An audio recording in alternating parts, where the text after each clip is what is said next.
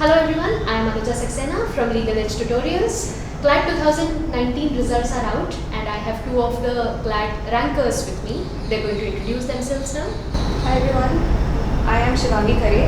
I managed to secure AIR 127 in CLAT 2019. Hi, my name is Shivan Shukla.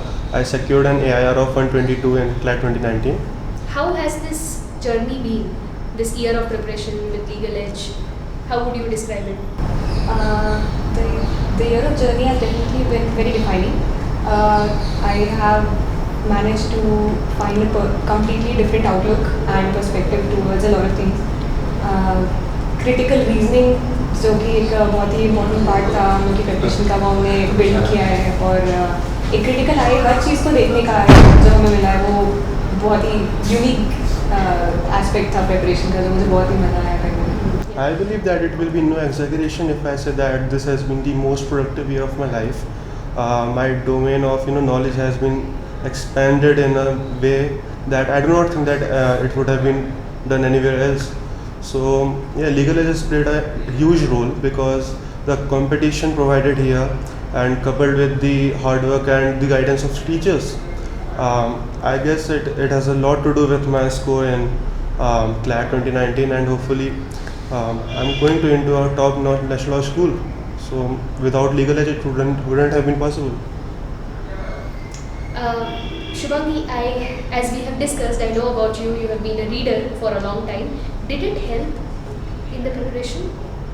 Definitely help, but जैसे ही मैंने legal as join किया था एक दो मॉक्स के बाद मुझे समझ में आ गया था कि जितना रीडिंग मुझे आता है शायद वो भी इनफ नहीं है, और I had to build a very consistent reading habit. तो मैंने न्यूज़पेपर एकदम रिलीजन जैसे कुछ कई महीनों तक हर सुबह, मतलब कभी कभार मुझे एक दो घंटे सिर्फ न्यूज़पेपर को देने पड़ते थे और मुझे पहले लगता था कि शायद ये उतना इम्पोर्टेंट नहीं है, शायद मैं अपना टाइम वेस्ट कर रही हूँ, पर पेपर देते देते बहुत क्लियर हो गया था कि वो बहुत ही अच्छा इन्वेस्टमेंट था और उसका बहुत लॉन्ग टर्म रिटर्न मिला है. और I definitely not going to give up on that habit. That's good to know. Shivansh, you haven't been a reader. Yes, sir. So was it a year of adjustment, a lot of changes? I do not think that it was an year of adjustment, because reading is something that will not only help us in cracking CLAT but also in our legal life. Because if we are going into a profession that demands a lot of reading, so this is something that we have to do lifelong. Yes. So I just came to know about the importance of reading, and so I decided that I have to give a decent number of time to newspapers. And being said that, it also helped my general knowledge section, so it was a really necessary part of my CLAT preparation. And besides reading, I have also have a few. I have had hobbies of reading about various figures of history and politics. So I had a lot of subconscious reading too. So that ultimately helped me in improving my reading skills. Okay, I would like to ask both of you, how was the atmosphere at home or at coaching institute? Because you used to spend a lot of time at Legal Edge Center. So how was that environment? Did that help in making you what you are? The environment definitely helps. एक तो legal as का environment इतना Frank और इतना easy going है कि pressure तो मैंने कभी फील नहीं किया थ्रू आउट द ईयर. मतलब आई ऑलवेज न्यू कि जो हम यहाँ कर रहे हैं और जो हमसे करवा रहे हैं, अगर हम वो कंसिस्टेंटली करते जाएंगे तो ठीक ठाक सब हो ही जाएगा. और क्योंकि हमें टीचर्स ने भी ये नहीं बताया हमेशा, तो कभी वो डाउटफुल फीलिंग और प्रेशर वेशर तो कभी भी नहीं आया. और मेरे पेरेंट्स भी काफ़ी लिबरल थे इस बारे में कि वी वुड बी सेटिस्फाइड कि अगर तुम्हें नेशनल लॉ स्कूल ही मिल जाए. मैं अगर एम कर रही हूँ कि टॉप 5 या टॉप 3 के लिए, तो उनको उससे भी कोई प्रॉब्लम नहीं थी, मुझे कोई भी लॉ स्कूल चलेगा. सो प्रेशर तो बिल्कुल भी नहीं था, और जितना कम प्रेशर से जितना रिलैक्स होकर मैंने पढ़ाई करी शायद उतना ही और return rewarding. Right. And ma'am मैं ये कहूँगा कि लीगल एज के एनवायरनमेंट ने मुझे मोटिवेट किया, क्योंकि this was my first year of CLAT preparation, and I knew very well that I will be competing with students who have studied for like 2-3 years for this examination. So that motivated me to work hard and to cover up the gap that has been created. ये बहुत बड़ा factor था जो motivate किया मुझे hard work करने के लिए एंड 100% देने के लिए. एंड इसके बाद लीगल एज का इन्वॉल्वमेंट तो पॉजिटिव ही रहता था. कई बार मॉक्स के रिजल्ट्स अच्छे नहीं रहते थे, तो उससे भी टीचर्स से बात करके एक पॉजिटिव मोटिवेशन को कन्वर्ट किया जा सकता था, एंड किया भी मैंने. And in this way legal has really help me to achieve my goal. When I talked to you during this preparation, I gathered that neither of you were students who took legal aptitude in your 11th or 12th, right? You took math science and you were also a math science student, PCM student. So, did that affect in any way? Did you feel that you did not have the right background to pursue that? Start करते वक्त एकदम first 2 months में तो definitely लगा, क्योंकि GK मेरा 2 साल से बिल्कुल ब्लैंक था, तो मैं उससे टच में भी नहीं थी, और उसको कहाँ से शुरू करें, कहाँ से कैसे स्ट्रैटेजी बनाएं, वो भी बहुत डिफिकल्ट था.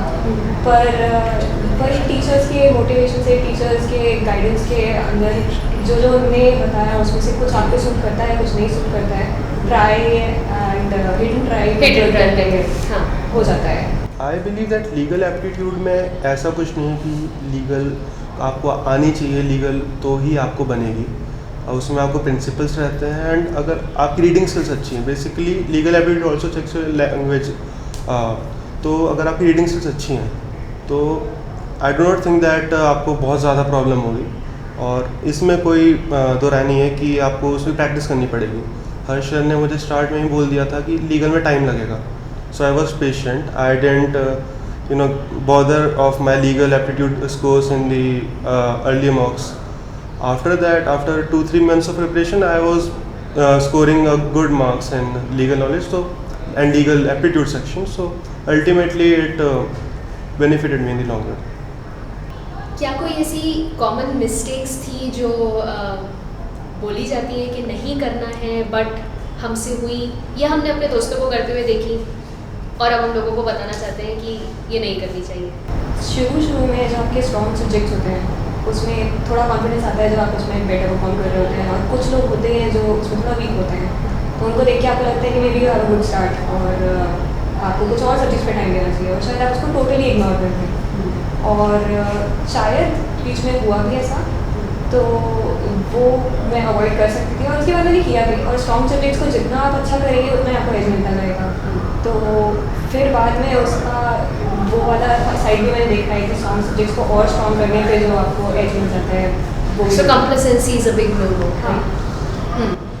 कॉमन मिस्टेक्स में मैं ये कहना चाहूँगा कि कोर्स एक बार तो सब पढ़ते हैं, बट फिर उसको छोड़ देते हैं ये समझ के कि ये मेरा हो चुका है एंड अब मुझे इसकी करने की ज़रूरत नहीं है. I guess that's a huge mistake, because आपको ये मेक श्योर करना रहता है कि जब आप क्लैट देने जाओ तो आपने साल भर जो पढ़ा है वो आपके दिमाग में है या नहीं, एंड अगर वो नहीं हुआ तो आपकी पूरी साल भर की मेहनत ख़राब हो जाती है. एंड एक और बड़ी मिस्टेक मैंने करती है देखी लोगों को कि वो मैथ्स को इग्नोर करते हैं. एग्जाम्पल अगर यही इसी ईयर का क्लैट लें, अगर किसी ने भी मैथ्स को इग्नोर किया होगा तो that would have created a huge difference. Like national law school मिलना भी मुश्किल हो गया होगा अगर किसी ने मैथ्स को इग्नोर किया होगा. तो सारे सब्जेक्ट्स इंपॉर्टेंस दें, एंड मॉक्स के स्कोर्स को उतना सीरियसली ना लें. Just use them as a source of motivation and to analyse your mistakes, because आप अगर मॉक के स्कोर से खुश हैं तो हो सकता है कि आप कंप्लेसेंट हो जाएं, एंड अगर आप ज़्यादा दुखी हो गए तो फिर आप पढ़ भी नहीं पाओगे और एंड आगे की अपनी प्रिपरेशन भी हैम्पर करोगे.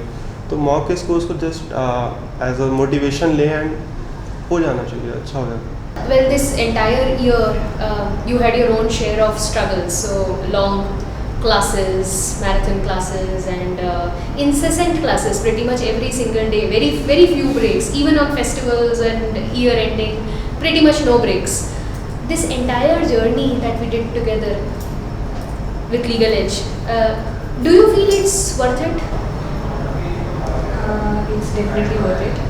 हो सकता है कि पूरे 12 महीने आपने सिर्फ क्लैट पे इन्वेस्ट नहीं करे थे, और देयर वर सम डेज जहाँ पे आप क्लैट से बिल्कुल दूर चले गए हो और आपने सिर्फ बुक्स पढ़ रहे हैं या कुछ पर्सनैलिटी डेवलपमेंट वाली चीज़ें देख रहे हैं, पढ़ रहे हैं, पर वो भी मुझे बहुत काम कर लगा. मुझे लगा ये कभी ना कभी तो काम आएगा, या तो कॉलेज में काम आएगा या उसके बाद काम आएगा. और काफ़ी एफिशिएंटली हमने तैयारी करी, तो हम कभी इतना डिविएट हुए भी नहीं हैं कि हफ्ते महीने भर हम कुछ काम का एग्जाम्स रिलेटेड पढ़ ही रहे हैं. तो इवेंचुअली जो हमें गाइडेंस मिला है, टेस्ट मॉड्यूल्स और जो सब टाइम टेबल सेट करके हमें दिया जाता है, वो इतना एफिशिएंट था कि सब बहुत ही अच्छे तरीके से चला और सब काम का बेनिफिशियरी था। लीगल एज के बिना इतनी अच्छी रैंक तो पॉसिबल नहीं थी, क्योंकि यहाँ पे जो कंपटीशन मिला वो मुझे घर में बैठ के अकेले पढ़ने से नहीं मिलता। एंड लीगल एज के स्टूडेंट्स ही बहुत ज़्यादा हैं, तो अगर आप इतने सारे स्टूडेंट्स को आउट परफॉर्म करते हैं तो that definitely serves as a source of inspiration and motivation that yes, you can, if you can come out with a rank here, then you can also have a good chance to do so in the CLAT 2019. And वैसा कुछ हुआ भी. I managed a decent score, and Harsh and Karan sir along with the faculties of Legal Edge, उनने जिस तरह से मेरे hard days या बैड डेज को कन्वर्ट किया as a source of inspiration and motivation, तो वो भी बहुत ज़रूरी था. And without legal edge it wouldn't have been possible. Guys, any final message for students out there? I will say that इतना seriously भी नहीं पढ़ना चाहिए कि आप अपनी लाइफ को डिस्टर्ब कर लें, अपनी हेल्थ को डिस्टर्ब कर लें, क्योंकि CLAT is more of an aptitude examination. आपकी नॉलेज आपको टॉप नेशनल लॉ स्कूल नहीं पहुंचाएगी, आपको ओवरऑल डेवलप करना है खुद को. तो इसलिए फॉर माई एग्जाम्पल मैं कभी भी 6-7 घंटे ज़्यादा नहीं पढ़ा एक दिन में. That is along with the classes, right? Yes. So, तो इतना ज़्यादा भी नहीं पढ़ा. मैं फ़ुटबॉल पसंद करता हूँ तो मैं फ़ुटबॉल भी देखा, एंड मैंने हर कोई चीज़ की. हाँ, सोशल मीडिया से मैं दूर रहा, वो आप कोई भी सीरियस कंटेंटर दूर रहेगा ही. तो इतना ज़्यादा आपको एकदम जान नहीं लगा देनी है. आप बस एक जितना भी आप टीचर्स बोले बस आप उसको फॉलो करें. एंड ट्रस्ट में सब नहीं करते हैं, बोलते सब है, but I do not think कि सब अपने मेंटर्स को फॉलो करते हैं. बस आप उनको फॉलो करिए and have complete faith in them, and that's it for scoring a good marks and securing good rank in CLAT. मेरे हिसाब से मेरे लिए सबसे इम्पोर्टेंट पॉइंट था to enjoy everything in study. जब तक आप एन्जॉय नहीं करेंगे आपका मन नहीं लगेगा, मन नहीं लगेगा तो आपको समझ में नहीं आने वाला है, याद नहीं रहने वाला है. So I try to enjoy everything.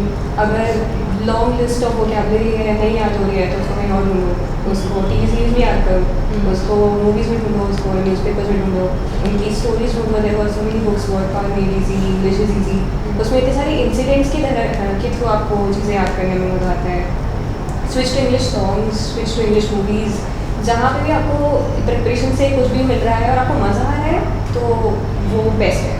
Enjoy करो वरना कुछ नहीं पाएगा. beautiful. We had a great time together, and I hope this is meaningful for people out there. So this is it from our side. Thank you so much.